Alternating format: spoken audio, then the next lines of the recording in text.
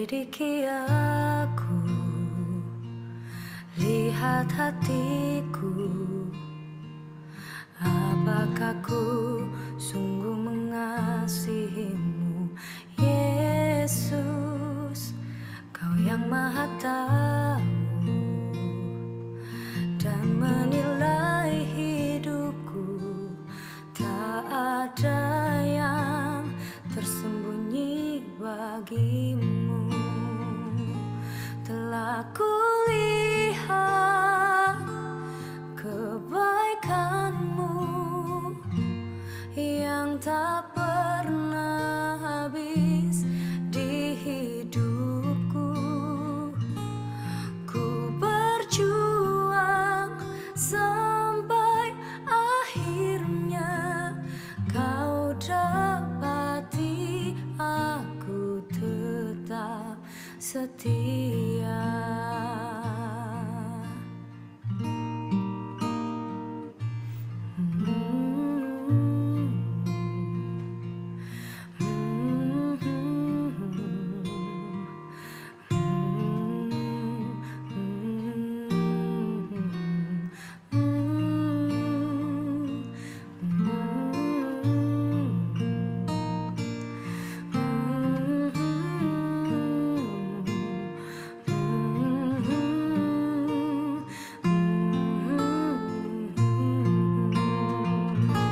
Telah kulihat kebaikanmu yang tak pernah habis di hidupku. Ku berjuang sampai akhirnya Kau dapati aku tetap setia.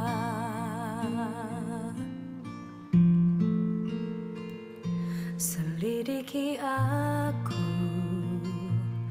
lihat hatiku, apakah ku sungguh mengasihimu, Yesus, Kau yang Maha Tahu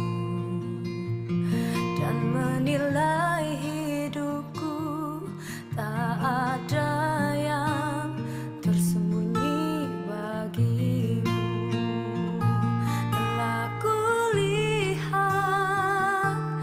kebaikanmu yang tak pernah habis di hidupku. Ku berjuang sampai akhirnya Kau dapati aku tetap setia. Telah kulihat kebaikanmu yang tak pernah habis di hidupku. Ku berjuang sampai akhirnya Kau dapati aku tetap setia. Kau dapati aku tetap setia. Kau dapati aku tetap setia.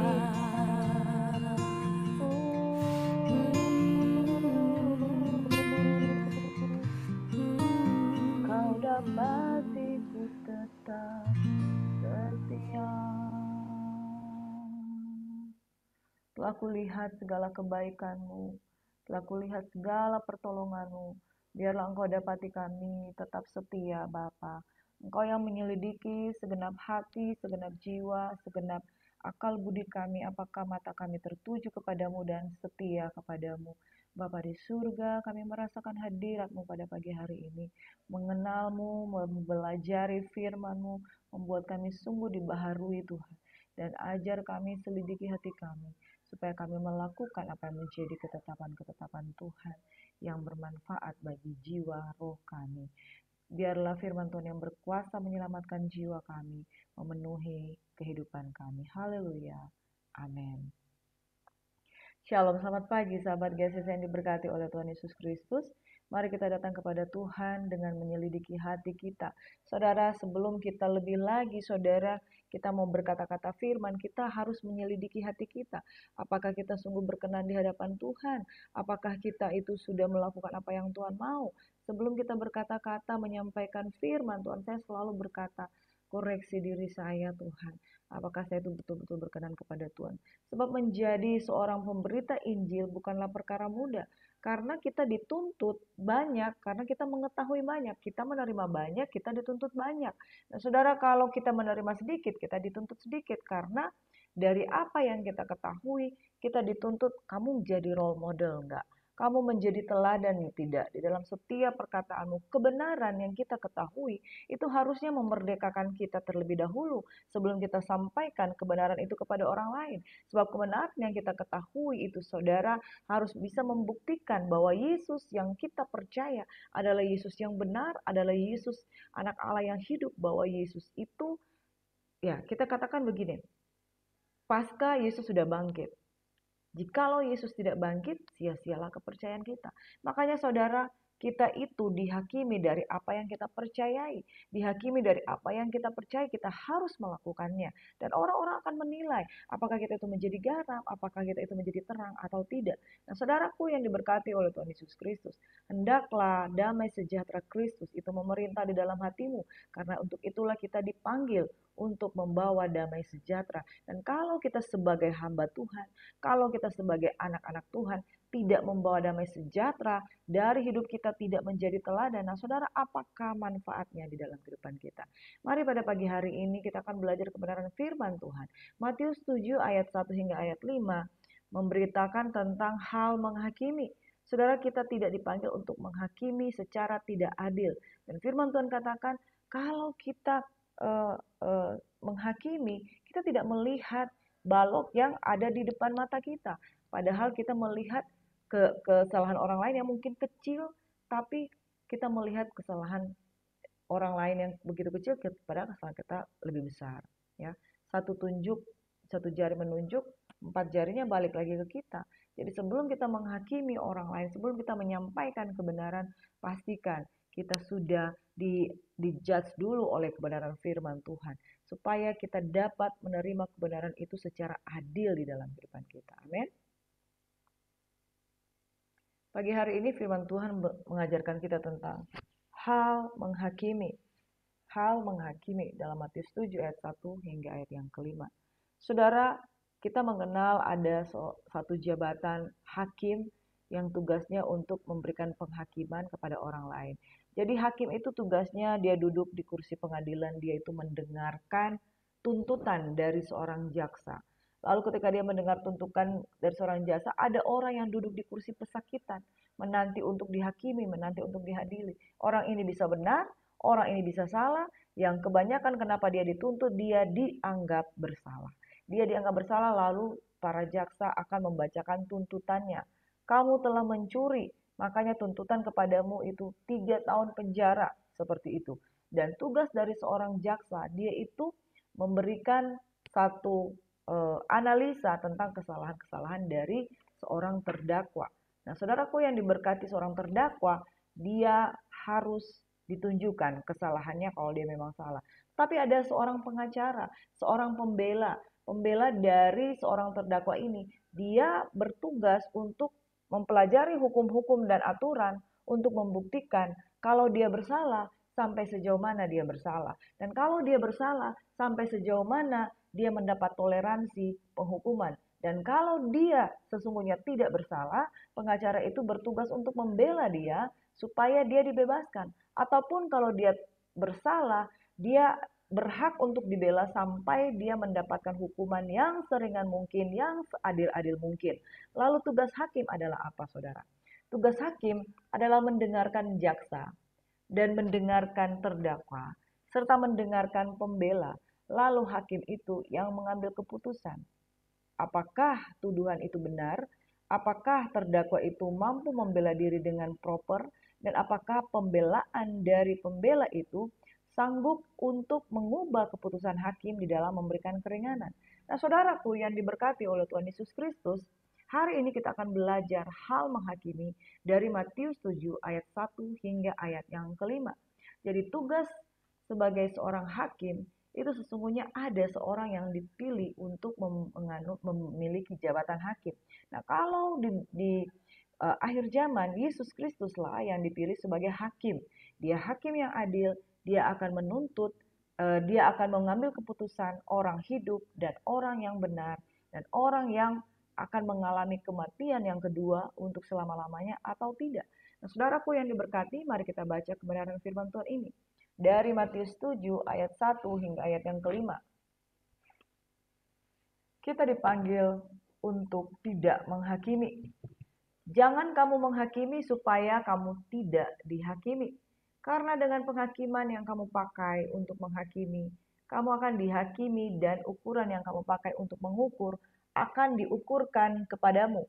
Mengapakah engkau melihat selumbar di mata saudaramu, sedangkan balok di dalam matamu tidak engkau ketahui? Bagaimanakah engkau dapat berkata kepada saudaramu, biarkanlah aku mengeluarkan selumbar itu dari matamu, padahal ada balok di dalam matamu? Hai orang munafik, keluarkanlah dahulu balok dari matamu, maka engkau akan melihat dengan jelas untuk mengeluarkan selumbar itu dari mata saudaramu. Saudara, kalau kita lihat di sini di dalam Matius 7, sepertinya kita dipanggil bukan untuk menghakimi. Karena di dalam kitab Wahyu dikatakan, Yesuslah yang akan menghakimi. Tetapi di dalam 1 Korintus 6 ayat 1 hingga ayat yang ketiga, kita dikatakan kita akan menghakimi para malaikat. Jadi sebetulnya apa sih maksud dari kebenaran firman Tuhan ini?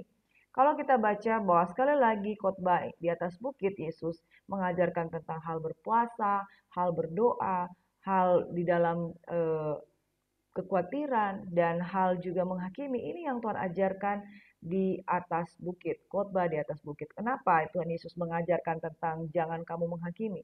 Nah, saudaraku yang diberkati oleh Tuhan Yesus Kristus, firman Tuhan mengajarkan jangan kamu menghakimi supaya kamu tidak dihakimi. Karena dengan penghakiman yang kamu pakai untuk menghakimi, kamu akan dihakimi dan ukuran yang kamu pakai untuk mengukur akan diukurkan kepadamu. Nah, saudaraku yang diberkati, ketika firman Tuhan ini disampaikan oleh Tuhan Yesus Kristus, pada zaman itu banyak orang yang belum mengenal Yesus sebagai juru selamat. Mereka belum mengenal Yesus sebagai Mesias. Karena mereka tidak mengenal Yesus sebagai Mesias, makanya Tuhan melarang orang untuk menghakimi. Karena penghakiman yang mereka pakai adalah penghakiman yang tidak adil. Beda dengan ceritanya orang-orang yang sudah percaya kepada Yesus adalah Mesias, panggilan mereka, panggilan anak-anak Tuhan, panggilan orang percaya adalah akan menghakimi bersama-sama dengan Kristus. Tetapi tahukah saudara bahwa yang berhak melakukan penghakiman yaitu Yesus Kristus sebagai hakim yang adil. Nah, saudaraku yang diberkati oleh Tuhan Yesus Kristus, jangan kamu menghakimi supaya kamu tidak dihakimi. Bahwa konteks pada ayat ini adalah bangsa Yahudi tidak berhak untuk menjadi hakim. Sebab yang harus menjadi hakim adalah Yesus di kursi penghakiman, di tahta putih, tahta penghakiman Tuhan Yesus Kristus. Ketika mereka dalam konteks menghakimi, konteksnya ini salah. Karena mereka mengukur dari Taurat. Sedangkan Tuhan mengatakan bahwa hakim yang adil itu adalah Yesus. Nah, ketika mereka menghakimi menurut hukum Taurat, mereka menghakimi menurut hukum-hukum yang mati. Sedangkan hukum-hukum yang hidup adalah hukum-hukum menurut roh. Dan saudara, orang bangsa Yahudi pada waktu itu mereka belum mengenal Roh Kudus. Mereka belum mengenal tentang hidup di dalam roh. Itu sebabnya penghakiman yang mereka lakukan sebenarnya adalah penghakiman yang tidak adil. Karena ketika mereka menghakimi tidak menurut roh, mereka tidak dapat menguji diri sendiri sebelum mereka menghakimi orang lain. Dengan penghakiman yang kamu pakai untuk menghakimi, kamu akan dihakimi, dan ukuran yang kamu pakai untuk mengukur akan diukurkan kepadamu. Mengapa engkau melihat selumbar di mata saudaramu sedangkan balok di dalam matamu tidak engkau ketahui? Jadi saudara, yang pertama, prinsip di dalam penghakiman, Yesus Kristus tidak mengajarkan orang itu wajib menghakimi.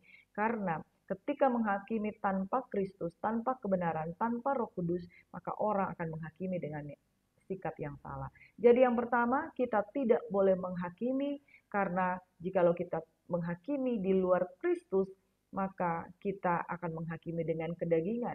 Yang kedua, mengapa engkau melihat selumbar di matamu sedangkan balok di depan matamu tidak engkau ketahui? Inilah prinsip ketika orang tidak di dalam Kristus, maka dia hanya melihat kesalahan orang lain. Dia tidak melihat kesalahan diri sendiri. Kalau orang itu mengenal hukum-hukum Tuhan, maka dia akan mengetahui di dalam dirinya, dia bisa berkata, selidiki aku ya Tuhan, lihat hatiku, apakah ku sungguh mengasihi Engkau Yesus. Sebelum seseorang dapat menghakimi, dia harus meng-cross-check dulu dirinya, apakah dia itu benar di hadapan Tuhan. Bila manakah engkau dapat berkata kepada saudaramu, biarlah aku mengeluarkan selumbar itu dari matamu, padahal ada balok di dalam matamu. Hai orang munafik, keluarkanlah dahulu balok dari matamu, maka engkau akan melihat dengan jelas untuk mengeluarkan selumbar itu dari mata saudaramu. Saudara, jika seorang menghakimi, pastikan dia itu sudah beres dulu di hadapan Tuhan, maka dia akan melakukan penghakiman dengan adil. Nah saudara, Tuhan tidak memanggil kita untuk menghakimi menurut kacamata dunia, dan kita tidak menghakimi menurut apa yang menjadi hak-hak Tuhan Yesus. Tetapi kita melakukan segala sesuatu dengan kasih.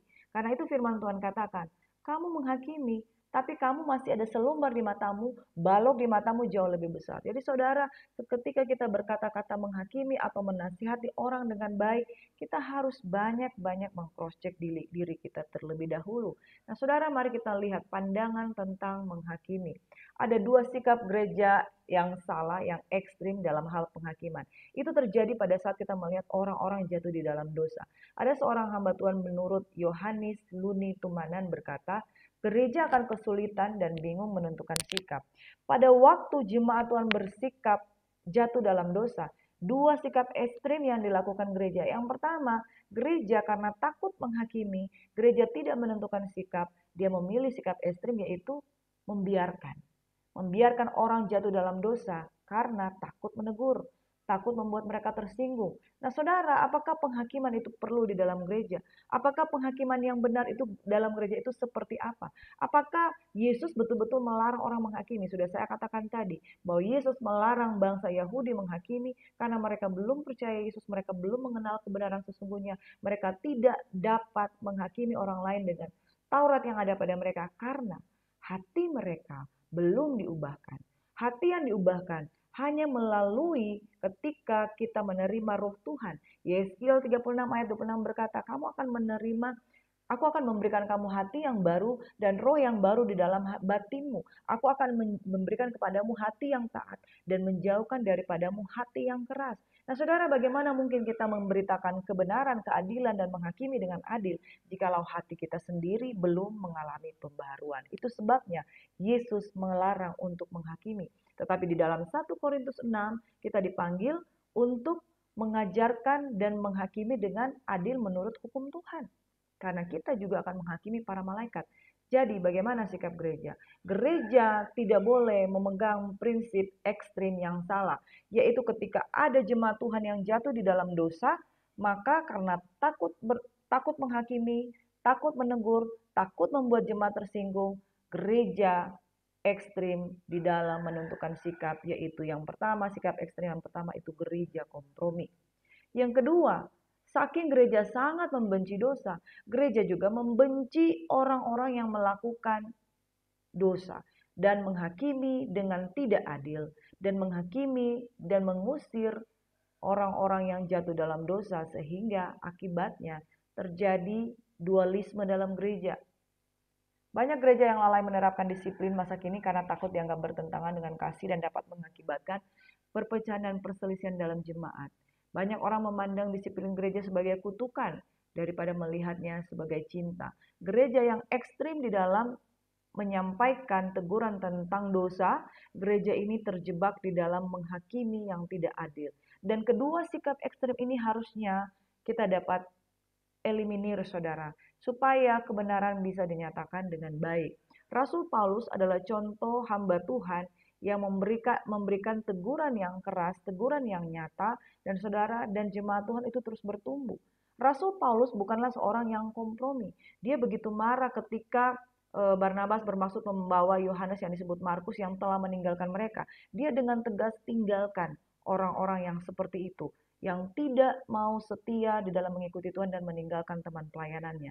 Jadi saudara, sikap yang dimiliki Paulus itu cukup ekstrim, yaitu ketika dia menyatakan kesalahan, dia sungguh-sungguh menyatakan kesalahan, tapi dia menunjukkan kasih yang begitu besar.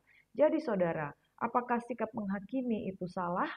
Salah jika di luar Tuhan. Apakah sikap menghakimi itu dibenarkan di dalam firman? Menurut 1 Korintus 6, itu perlu dilakukan gereja Tuhan supaya terjadi keadilan dan kebenaran bisa disampaikan. Apakah gereja harus ekstrim di dalam menerapkan penghakiman? Tidak, saudara. Apakah gereja perlu kompromi supaya kita tidak menyinggung orang yang berdosa? Tidak juga, saudara. Jadi segala sesuatu harus di dalam koridor yang tepat supaya akan terjadi damai sejahtera. Pengertian menghakimi itu sendiri kalau dari kata dasar KBBI yaitu mengadili atau berlaku adil sebagai hakim. Makanya saya jelaskan di awal saudara, ketika ada seorang duduk di kursi terdakwa yang akan dihakimi apakah dia benar dan salah, ada judges, ada hakim, ada jaksa, ada prosekutor yang akan menuntut ya. Iblis biasanya berperilaku sebagai penuntut. Dia menyampaikan kesalahan-kesalahan dari terdakwa umat manusia.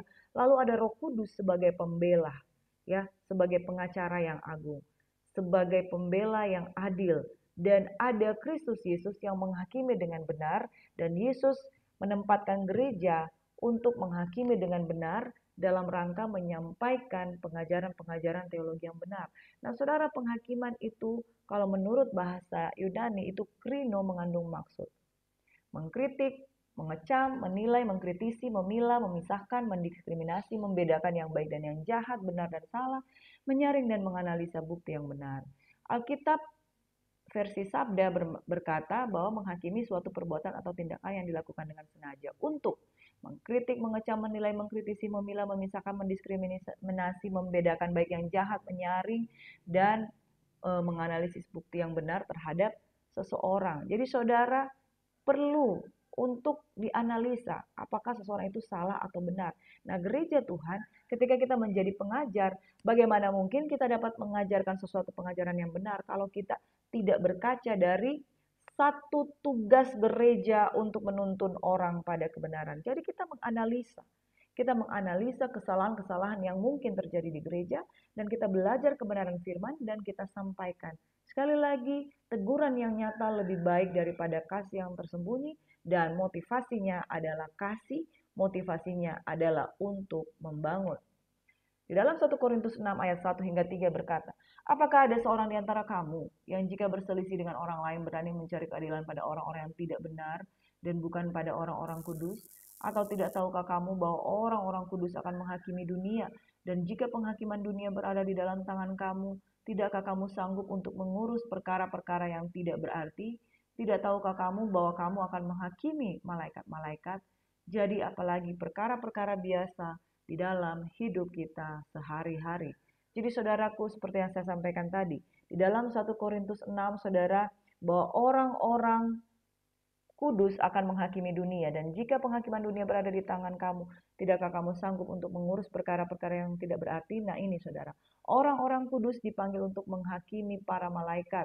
Jadi perkara-perkara yang terjadi di dalam kehidupan kita sehari-hari, kita harus cakap untuk dapat menyelesaikannya. Penghakiman dunia, kita harus sanggup mengurus perkara-perkara yang dianggap Tuhan tidak berarti. Jangan kita berselisih dengan orang lain, mencari keadilan pada orang-orang yang tidak benar, tapi mencari keadilan pada orang-orang kudus. Makanya orang kudus harus belajar firman, harus menguasai firman, supaya kita dapat memberikan satu analisa yang benar tentang satu kebenaran untuk disampaikan kepada jemaat. Ada 3 prinsip sebelum kita menghakimi. Nah, saudara, sebelum kita menghakimi, kita juga harus mengeluarkan dulu balok dari matamu. Ya artinya sebelum kita menilai orang lain, nilai diri sendiri dulu. Jangan kita sudah menilai orang lain tapi diri sendiri tidak menilai. Yaitu yang pertama mengaku dosa. Yang kedua, kita juga harus membuka diri untuk dibentuk. Karena itu tugas dari gereja. Gereja harus membuka diri ya, seperti di dalam Mazmur katakan, selidiki aku, kenalilah hatiku. Ujilah aku, kenalilah pikiran-pikiranku, lihat apakah jalanku serong, tuntun aku di jalan kekal. Buka diri, buka hati, yaitu buka diri kita kepada Tuhan, singkirkan keegoisan, dan lihat bagaimana Tuhan bekerja. Kita tidak mungkin memberikan dorongan spiritual kepada orang lain kalau kita tidak memahami itu, kita tidak menjalani itu, bahkan kita tidak memiliki satu empati kepada orang lain. Kalau kita pernah mengalami, kita akan menjudge diri kita sendiri dulu sebelum kita mengajar kepada orang lain. Jadi kita perlu buka diri untuk dibentuk oleh Tuhan. Lalu kita juga harus buka diri terhadap kritikan. Dengarkanlah nasihat dan terimalah didikan supaya engkau menjadi bijak di masa depan. Buka diri untuk menerima teguran karena keangkuhan menimbulkan pertengkaran, tapi mereka yang mendengarkan nasihat mempunyai hikmat. 3 prinsip sebelum menghakimi. Jadi saudara, kita tidak dipanggil untuk menghakimi secara tidak adil, tetapi kita menghakimi dalam konteks menyampaikan apa yang benar, apa yang salah untuk mendorong seseorang itu maju dan bertumbuh. Kalau tidak ada orang yang mendorong, yang mengkoreksi, menegur, maka saudara, jemaat akan menjadi liar. Saudara, pemimpin saya di kantor adalah pemimpin yang sangat tegas. Dia dengan tegas-tegas berkata, kalau kamu mau sungguh-sungguh kerja di tempat ini, kamu harus serius. Kalau enggak, lebih baik kamu keluar. Nah, itu adalah satu sikap dalam tanda kutip menghakimi yang benar, yaitu membangkitkan seseorang untuk menyadari kesalahannya dan belajar dari kesalahannya. Saudara, 2 sikap dalam menghakimi, yaitu prinsipnya itu adalah untuk menegur. Prinsipnya bukan untuk menjatuhkan, prinsipnya bukan untuk menjauhkan, prinsipnya bukan untuk memberikan hukuman, tetapi memberikan satu analisa dan kemudian menolong orang itu untuk berbalik kepada Tuhan. Matius 18. Apabila saudara mau berbuat jahat, tegurlah dia di bawah 4 mata. Jika ia mendengar nasihatmu, engkau telah mendapatkannya kembali. Jika ia tidak mendengarkan engkau, bawalah seorang atau 2 orang lagi, supaya atas keterangan 2 atau 3 orang saksi, perkara itu tidak disangsikan. Jika ia tidak mau mendengarkan mereka, sampaikanlah soalnya kepada jemaat. Dan jika ia tidak mau juga mendengarkan jemaat, pandanglah dia sebagai orang yang tidak mengenal Allah atau seorang pemungut cukai. Jadi saudara, prinsip dasar dari melakukan penghakiman, atau saya lebih tepatnya berkata mengajar menurut kebenaran, mengajar, menegur menurut kebenaran. Jadi bukan menghakimi tapi menegur. Nah saudara, prinsipnya adalah pertama, tegur dalam 4 mata. Lalu ketika dia dengar, ya sudah kembali. Yang kedua, jikalau dia tidak lagi mendengar, tegur di tengah keterangan 2 atau 3 saksi. Jika dia tidak mau mendengar, tegur di depan jemaat, supaya jemaat itu belajar dari kesalahan tersebut. Jadi saudara, gereja harus menerapkan itu. Karena gereja diajarkan di dalam Matius 18. Ketika Tuhan berfirman tentang jangan hal menghakimi, bukan berarti tidak menghakimi. Tetapi caranya itu harus benar dan berkenan di hadapan Tuhan. Prinsipnya adalah menegur dan menasihati supaya membawa orang ini kembali. Jadi prinsip dalam penghakiman yang benar yaitu menegur. Dengan konteks untuk membawa jemaat Tuhan untuk kembali. Bukan mendorong mereka supaya lebih jauh, tetapi untuk menangkap mereka supaya kembali. Dan supaya menjadi pelajaran bagi orang lain untuk tidak jatuh dalam dosa yang mungkin sama. Ibrani 3 ayat 13. Perintah Tuhan, nasihatilah seorang yang lain setiap hari. Nah saudara, selama masih dikatakan hari ini, supaya jangan di antara kamu yang menjadi tegar hatinya karena tipu daya dosa. Jadi menegur itu adalah perintah Tuhan. Supaya jangan di antara saudara sama-sama sudah melayani yang berzina, saudara berteman, saudara tetap biarkan dia berzina. Ada yang meninggalkan istrinya, ada yang meninggalkan suaminya, saudara tidak tegur dia. Akhirnya dia menjadi merasa diri benar, tegar hati, tegar tengkuk, lalu tipu daya dosa menguasai dia. Kalau saudara sayang, saudara tegur dan nasihati orang itu. Yang kedua, menyatakan kebenaran Allah. Janganlah menghakimi menurut apa yang nampak, tetapi hakimilah dengan adil. Menyatakan kebenaran Allah bukan hanya omong kosong, tapi tindakan harus berdasarkan fakta. Hendaklah perkataan Kristus diam dengan segala kekayaannya di antara kamu, sehingga kamu dengan segala hikmat mengajar dan menegur seorang akan yang lain. Kolose 3 ayat 16. Dalam usaha menegakkan kebenaran perlu disadari semua orang cenderung berbuat dosa. Karena itu semua umat percaya yang punya kesempatan dan fungsi sebagai pemimpin dan penasihat harus mau dan dapat menilai serta memperbaiki diri sendiri agar dapat memberi contoh dan teladan hidup yang baik. Amin. Saya akan bacakan dalam Roma 8 ayat 1 dan sampai 8. Demikian sekarang tidak ada penghukuman bagi mereka yang ada dalam Kristus Yesus. Roh yang memberi hidup telah memerdekakan kamu dalam Kristus dari hukum dosa dan hukum maut. Sebab apa yang tidak mungkin dilakukan hukum Taurat karena tidak berdaya oleh daging telah dilakukan oleh Allah. dengan jalan mengutus anaknya sendiri dalam daging yang serupa dengan daging yang dikuasai dosa karena dosa. Ia telah menjatuhkan hukuman atas dosa dalam daging, supaya tuntutan hukum Taurat digenapi dalam kita yang tidak hidup menurut daging tapi menurut roh. Sebab mereka yang hidup menurut daging memikirkan hal-hal yang dari daging, mereka yang hidup menurut roh memikirkan hal-hal yang dari roh. Karena keinginan daging adalah maut, tetapi keinginan roh adalah hidup dan damai sejahtera. Sebab keinginan daging adalah perseteruan terhadap Allah, karena ia tidak takluk kepada hukum Allah. Hal ini memang tidak mungkin baginya. Mereka yang hidup dalam daging tidak mungkin berkenan kepada Allah. Saudara, there is no condemnation for those who are in Christ. Demikianlah sekarang tidak ada penghukuman bagi mereka yang ada dalam Kristus Yesus. Ayat ini seringkali menjadi ayat andalan dari orang-orang yang memiliki teologi hyper grace. Kalau sudah di dalam Tuhan, jangan menghakimi. Nah saudara, kalau kita hidup di dalam roh, hati kita akan tahu membedakan mana yang benar, mana yang salah. Tetapi kalau kita hidup di dalam daging, kita mau kompromi. Jadi tidak mau disalahkan, tidak mau dinasihati, tidak mau ditegur. Saudara, prinsipnya kalau orang yang di dalam Kristus itu tidak mendapatkan penghakiman. Jadi sekali lagi, tidak mendapatkan penghukuman. Tapi kata kuncinya, yaitu bagi mereka yang ada di dalam Kristus. Amin. Mereka yang ada di dalam Kristus. Artinya di luar Kristus, saudara, engkau akan mendapatkan penghakiman. Di dalam Kristus, hidup kita berkenan, hidup kita dipenuhi dengan Roh Kudus. Makanya saudara, kalau kita hidup di luar Kristus, kita akan merasakan panah-panah intimidasi seolah kita disalahkan dan lain sebagainya. Kalau kita di dalam Kristus tidak ada penghakiman, tidak ada penghukuman. Tapi kalau orang hidup di luar Kristus, dia hidup menurut daging. Keinginan daging itu perseteruan terhadap Allah. Makanya orang akan terintimidasi karena hidup berseteru dengan Allah, pasti kita akan merasa terhakimi, dan terhakimi. Hidup dalam daging tidak takluk kepada hukum Allah. Hal ini memang tidak mungkin baginya karena mereka yang hidup dalam daging tidak mungkin berkenan kepada Allah. Yang saya mau katakan seperti ini saudara. Kalau kita mau bebas dari rasa tertuduh karena menghakimi, hiduplah di dalam roh. Kalau kita merasa terhakimi, tertuduh, mungkin kita masih dikuasai oleh kedagingan. Kita perlu tinggal di dalam Kristus. Dan saudara, mari kita mau hidup benar di dalam Tuhan, karena penghakiman dari Tuhan bukan untuk menjatuhkan, tetapi untuk membawa orang untuk hidup di dalam kebenaran.